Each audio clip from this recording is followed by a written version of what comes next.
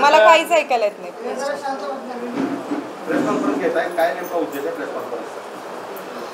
काही दिवसापूर्वी मी एक व्हिडिओ माझ्या फेसबुक पेजवरून पोस्ट केला होता.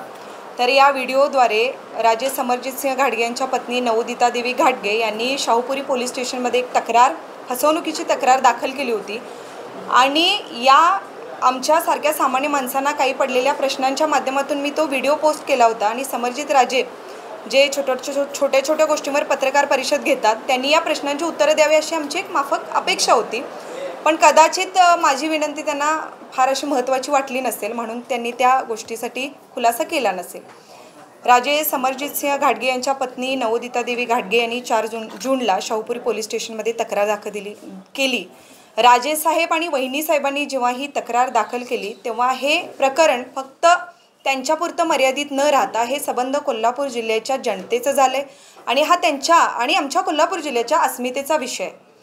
तर विषयसुद्धा मी त्या व्हिडिओद्वारे मांडला होता की विषय असा होता, स्वतः नवोदिता देवी घाटगे यांच्या म्हणण्यावरून त्यांनी मलेशियामध्ये एक पार्सल पाठवलं होतं एका पत्त्यावर. तर त्यांना काही वेळाने एका व्यक्तीचा फोन आला. त्यांनी कस्टम अधिकारी असल्याचं सांगितलं आणि हे सांगताना त्यांनी, तुम्ही जे मलेशियाला पार्सल पाठवलं आहे ते आमच्या ताब्यात असून त्यामध्ये MDM ड्रग्ज आहेत, तुमचे बनावट पासपोर्ट आहेत आणि काही ATM कार्ड्स आहेत आणि हे सगळं आमच्या ताब्यात आहे. जर हे सगळ्या तुमच्यावर तुम्ही अतिशय गंभीर गुन्हा केलेला आहे आणि तुमच्यावर कारवाई होऊ शकते. थोड्या वेळानंतर पुन्हा एका व्यक्तीचा त्यांना फोन आला. त्यांनी आपण CBI अधिकारी असल्याचं सांगितलं आणि तुम्ही फार मोठा गुन्हा केलेला आहे, तुमच्यावर कठोरातली कठोर कारवाई होऊ शकते. हे थांबवायचं असल्यास त्यांनी 20 लाख रुपयाची मागणी नवोदिता देवी घाटगेंच्याकडे केली. हे मी म्हणत नाही, त्या स्वतः शाहूपुरी पोलीस स्टेशनमध्ये तक्रार दाखल केली आहे. त्या तक्रारीत त्यांनी हे सगळं नमूद केलेलं आहे. आता जेव्हा 2 ते 5 जूनच्या दरम्यान त्यांनी त्या संशयित लोकांना, म्हणजे जे कोणी अधिकारी म्हणवत असतील या लोकांना RTGSद्वारे टप्प्याटप्प्याने 20 लाख रुपये त्यांच्या खात्यावर पाठवून दिलेले आहेत. त्यानंतर 8 जूनला त्यांनी शाहूपुरी पोलीस स्टेशनमध्ये अशी तक्रार केली की संबंधित काही व्यक्तींनी मला फोन केला, कस्टम अधिकारी CBI अधिकारी असल्याचं सांगितलं आणि माझ्याकडून, म्हणजे ते अनिल यादव आणि अजित यांचं पूर्ण नाव समजू शकलं नाही, या व्यक्तीने माझ्याकडे 20 लाख रुपयाची मागणी केली आणि माझी फसवणूक झालेली आहे अशी तक्रार त्यांनी 8 जूनला दिली. 9 जूनला सगळ्या वृत्तपत्रामध्ये ही बातमी छापून आली. तुम्ही सगळ्यांनी पाहिली असेल, वाचली असेल. आता हा सगळा घटनाक्रम पाहता 2 जूनपूर्वी त्यांनी मलेशिया येथील पत्त्यावर ते पार्सल पाठवलं. 2 जून ते 5 जूनच्या दरम्यान त्यांनी त्या संशयित, म्हणजे त्या व्यक्तींच्या, जे अधिकारी म्हणवत होते त्या लोकांच्या खात्यावर पैसे पाठवले आणि नंतर 8 जूनला त्यांनी ही तक्रार दाखल केली. आता सामान्य माणूस आणि सामान्य महिला म्हणून आमच्या मनात काही प्रश्न उपस्थित होत आहेत. आता याच्यात आमची काही चूक आहे हे आम्हालाच समजत नाही. सामान्य महिला म्हणून आमच्या मनात काही प्रश्न उपस्थित होत आहेत आणि हे प्रश्न या व्हिडिओच्या माध्यमातून मी समरजित राजेंना विचारले होते. त्यांनी या प्रश्नांचा काहीही खुलासा केला नाही. 15 दिवस या घटनेला होऊन सुद्धा त्या या विषयावर चक्कार एक शब्दसुद्धा बोललेले नाहीत. हे सगळं घडत असताना जेव्हा नवोदिता देवींना, वहिनी साहेबांना पहिला फोन आला त्याच वेळी त्यांनी शाहूपुरी पोलीस स्टेशनमध्ये कुठलीच तक्रार त्याचवेळी का दाखल केली नाही.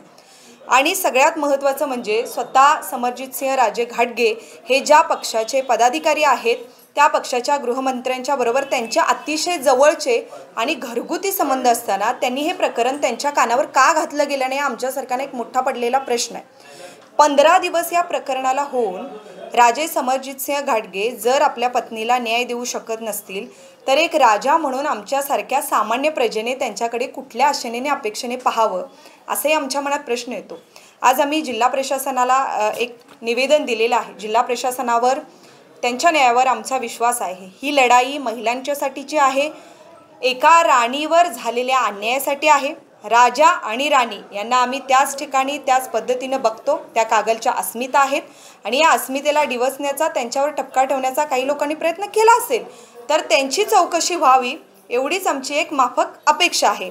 बरं, या घटनेला 2 आठवडे झालेले असताना राणी साहेबांनी, आमच्या वहिनी साहेबांनी ज्या लोकांच्या खात्यावर हे पैसे पाठवले त्या खात्यांची चौकशी होऊन आतापर्यंत त्या आरोपींच्या मुसक्या आवळल्या गेल्या पाहिजे होत्या. असं न होता अजूनही 15 दिवसात त्या खात्यांचा शोध लागलेला नाही. हे कसं काय होऊ शकतं, हाही आम्हाला प्रश्न पडलेला आहे.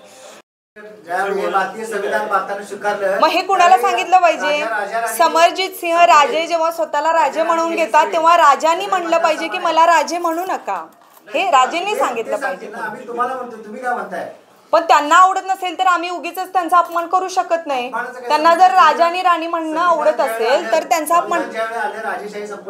बरोबर. हे तुम्ही जेव्हा समरजित राजे प्रेस घेत असतात आणि तेव्हा लोक सगळे त्यांना राजे राजे म्हणून हाक मारत असतात, तेव्हा समरजित राजेने असं म्हणलं पाहिजे. म्हणत नाहीत, पण म्हणू नका कुठं म्हणतात, म्हणू नका तरी म्हणत नाहीत. अनेक महिलांची ऑनलाईन फसवणूक झाली असेल.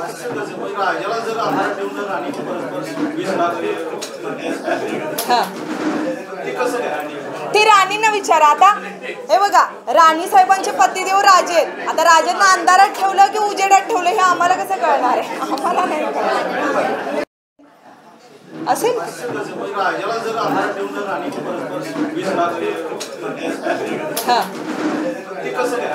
ते राणींना विचारा. आता हे बघा, राणी साहेबांचे पतिदेव राजे आहेत. आता राजांना अंधारात ठेवलं की उजेडात ठेवलं हे आम्हाला कसं कळणार आहे? आम्हाला नाही कळणार.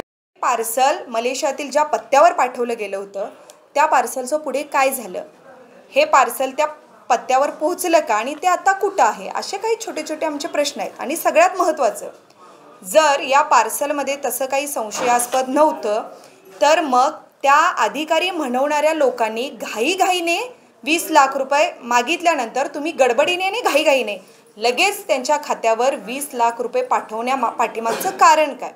तेव्हा गृहमंत्रालयाला माझी नम्र विनंती आहे की या प्रकरणामध्ये एकतर मलेशियाचा उल्लेख आहे, अंमली पदार्थांचा संबंध आहे, असं असताना हे प्रकरण NIA आणि NCBकडे तपासासाठी द्यावं, त्यांची यंत्रणा या तपासावर लावावी अशी एक माफक अपेक्षा आमच्या या सगळ्या तमाम कोल्हापूरच्या जनतेच्या वतीने मी गृहमंत्रालयाला करते.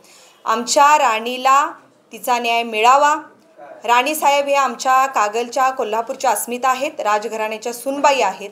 त्यांच्यासाठी आमच्या या महिलांची ही लढाई आहे, निस्वार्थी लढाई. आम्ही या न्यायासाठी लढत आहोत आणि येत्या 8 दिवसात प्रशासनाने आणि या सर्व यंत्रणेने त्या गुन्हेगारांना पकडावं आणि कठोरातली कठोर कारवाई त्यांच्यावर करावी अशी अपेक्षा आमच्या सगळ्या महिलांची आहे आणि कारवाई होईल असा एक विश्वास आम्ही प्रशासनाला व्यक्त करतो.